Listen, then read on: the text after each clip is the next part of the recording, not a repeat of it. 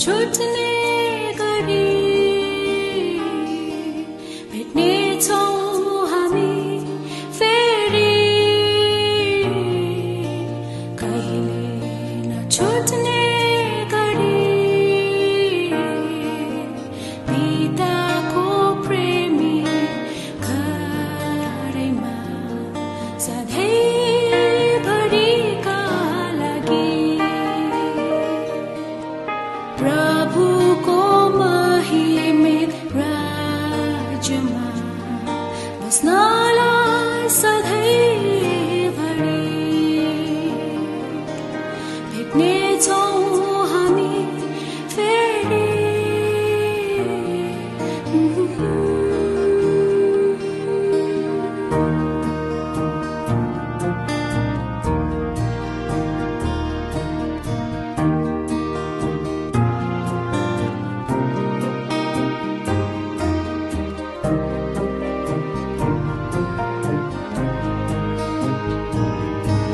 प्रभुको स्वर्गीय बोलाहटमा छुट्टिन्छौँ हामी आज यहाँ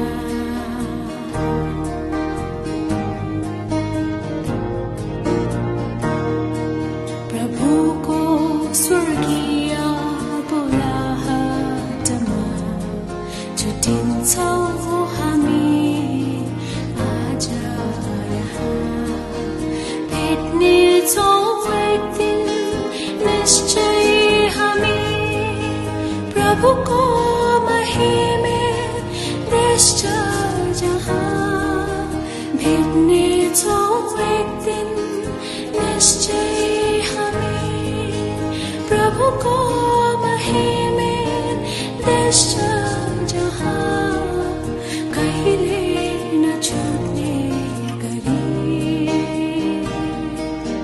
कहिले नछुट्ने गरी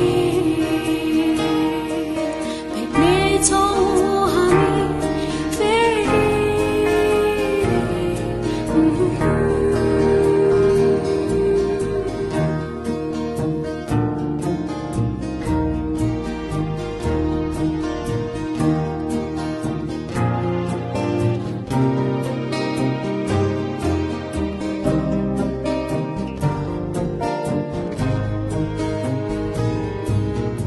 हुने छैन फेरि त्यहाँ मृत्यु र शोक र रुदनका कुरा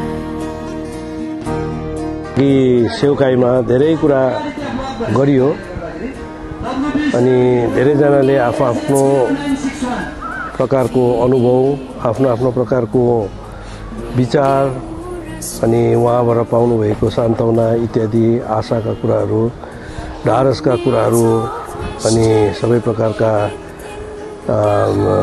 सिकाउने कुराहरू बताउने बुझाउने कुराहरू उहाँले बताउनु भयो। मेरो आमा हाम्रो बाबा आमाको विवाह चाहिँ 63 साल अप्रिल महिनामा भएको 64 साल अप्रिल महिनामा भएको हो। त्यसको बादमा उहाँले हामी 5 जना दाजुभाइ दिदीबहिनीहरू उहाँको छोराछोरीहरू अहिले हुनुहुन्छ अनि आजको दिनसम्म उहाँ हाम्रो निम्ति एउटा आदर्श हामीलाई सधैँ नै गाइड गर्नुहुने हामीलाई सम्झाउनु हुने बताउनु हुने बुझाउनु हुने उहाँ हुनुहुन्थ्यो। अति नै सहनशील उहाँ हुनुहुन्थ्यो अनि हामीलाई सबै प्रकारको विशेष गरिकन हामी एउटा क्रिस्चियन परिवारमा जन्मेको हुनाले उहाँले क्रिस्चियन वातावरणमा अनि प्रभुको विषयमा प्रभु यीशुको विषयमा उद्धार अनि मुक्तिको विषयमा आज उहाँले हामीलाई बताउनुहुन्थ्यो। अनि जब म 73 सालमा अर्थात् म जब क्लास 3 पढ्थेँ विन्टरको छुट्टीमा हामी सिलगढी गएका थियौँ विन्टर भ्याकेसनमा। त्यो समयमा उहाँले मलाई उद्धारको वचन दिएर यद्यपि त्यति बेला म सानै थिएँ 3 वर्ष त्यति बेला म 8-9 वर्षको नानी थिएँ तर भए पनि उहाँले मलाई बताउनु भयो बुझाउनु भयो उद्धारको विषयमा अनि उहाँकै सेवकाईद्वारा मैले पनि उद्धार मुक्ति पाएको 2000 73 सालमा। अनि यसरी उहाँसँग हामी बिताउँथ्यौँ जीवन। अनि हामी पढाइको विषय लिएर चाहिँ हामी यहाँनिर कालिम्पोङमै रहन्थ्यौँ। फुपूहरू, हाम्रा 2 वृद्ध फुपूहरू हुनुहुन्थ्यो। उहाँले हामीलाई हुर्काए बढाए, सबै प्रकारको पालन पोषण गर्नुभएको हो। अनि यसरी हामी बढ्दै बढ्दै गयौँ। अनि आजको दिनसम्म उहाँ जो लास्ट डेसम्म उहाँले अन्तिम सास फेरेसम्म उहाँले प्रभुको घरमा रहेर जो बुलाट उहाँलाई दिनुभएको थियो त्यो बुलाटसम्म अन्तसम्म उहाँ विश्वासयोग्य रहनुभयो। यसमा चाहिँ म एकदमै आफैलाई गर्व लाग्छ। किनभने दुःख भए तापनि, सबै प्रकारको कष्ट भए तापनि उहाँले सबै कुरालाई नहेरिकन कति प्रभुका जनहरूले भनिरहनु भएको थियो, सबै प्रकारको दुःख सुखमा रहेर आनन्द र खुसीको साथमा उहाँले यो जीवनलाई चाहिँ पुरा गर्नुभयो। यद्यपि हाम्रो इच्छा हुन्थ्यो उहाँलाई घरमा ल्याउने, विशेष गरिकन बिमारीको बेलामा अथवा वृद्ध भएको बेलामा, तर भए पनि उहाँले कहिले पनि आउन चाहना गर्नु भएन। आउनुभयो भने पनि यो अप्रिल मेतिर जब एकदमै सिलगढीमा गरम भएको हुन्छ हामीसँग बस्नुहुन्थ्यो। कोभिडको बेलामा उहाँ धेरै लामो समय हामीसँग बस्नुभयो। तर जम्मै यो सेटल भइसकेपछि फेरि उहाँले सिलगढी जानु कुरा गरिहाल्नुभयो। किनभने उहाँको चिन्ता सिलगढीमा रहेका प्रभुका जनहरू, उहाँका सन्तगणहरूको साथमा उहाँको एकदमै चिन्ता, एट्याचमेन्ट एकदमै बेसी थियो। यो सबै कुराहरू तपाईँले अरूको मुखबाट पनि सुन्नुभयो। यस्तो कुराहरू छ। अनि उहाँले हामीलाई, उहाँको लागि म आफै व्यक्तिगत तौरमा अथवा हामी परिवारमा हामी एउटै कुरामा गर्व गर्छौँ, उहाँ अन्तसम्म विश्वासयोग्य रहनुभयो।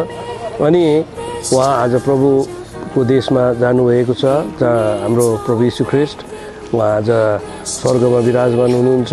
उहाँको प्रतिज्ञामा हामी विश्वास गरेका छौँ। आज त्यो देशमा उहाँ गइसक्नु भएको छ।